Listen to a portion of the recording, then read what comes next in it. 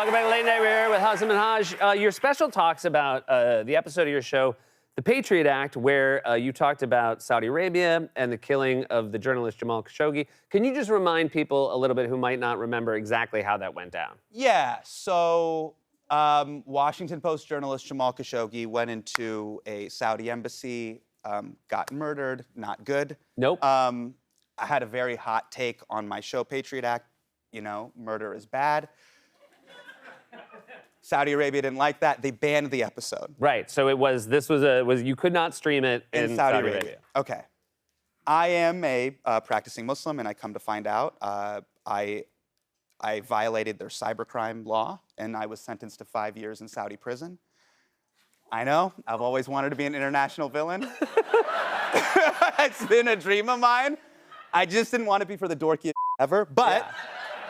I then found out my Hajj visa was denied. So Muslims around the world, once in our life, we have to make our pilgrimage to Mecca, not Madison Square Garden, the real Mecca. And that was denied. And it really hurt me, this big part of my faith I now can't complete. But God is pretty amazing, and he has this loophole for Muslims that if you can't complete your pilgrimage, someone can make it on your behalf. So I called Nathan Fielder. Good call. Because we know he's committed to bits. That's a real good bit. And I go, Nate, I know you're committed to comedy. Have you ever thought of committing yourself to Islam? And we had this bit where there was my imam that I grew up with, Imam Qasmi. He's here. You can just accept the one true faith. And you can go to Mecca, make your pilgrimage, come back. We'll do an episode about that. It'll be this amazing spiritual cheat code. And Nate, I could see him just kind of doing the math, and he goes, it's really funny. Would this get me killed? And I go, Nate, I have a question for you. How committed are you to comedy?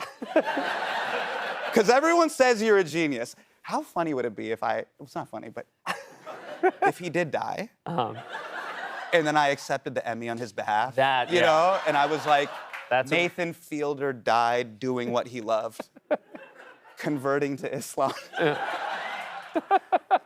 Okay. Yeah, that would have been special television. Do people still, I imagine people still talk to you, ask you about Saudi Arabia all the time. Yeah. Yeah, I'm like, why? I mean, I'm dressed like the flag, but, okay. So Adam Levine DM'd me. Okay. Not like that, not like that, not like that, not like that, not like that, okay? Definitely not the answer. No, okay, yeah. Okay. So a year ago, he DMs me, he goes, hey, can we talk? And I go, yeah.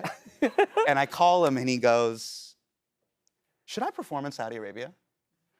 All of a sudden, I'm the Middle East expert, you know?